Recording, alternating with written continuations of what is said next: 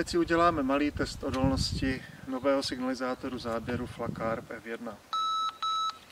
Tady máme SUVčko ML 350, váží něco přes 2 tuny. Uvidíme, jestli vydrží.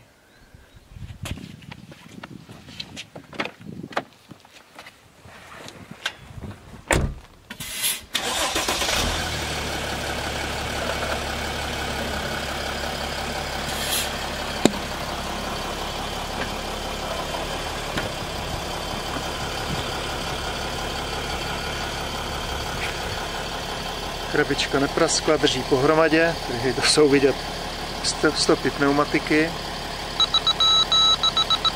a výrobek bezchybně pracuje. Takže skutečně jde vidět, že je velmi odolný. Já bych to zkusil ještě jednou, nějakou hranici to mít musí.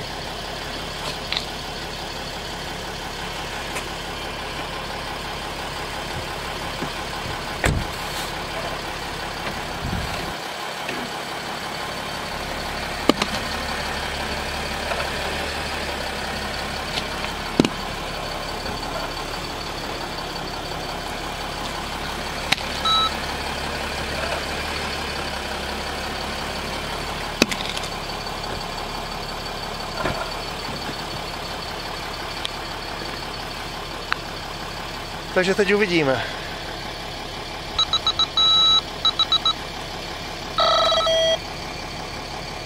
Bez problému. Krabička drží, lícuje, ani se nehnula. Takže speciálně vyvinutý, pevný materiál na tomto výrobku skutečně vydrží tlak několik set kilogramů. Děkuji vám.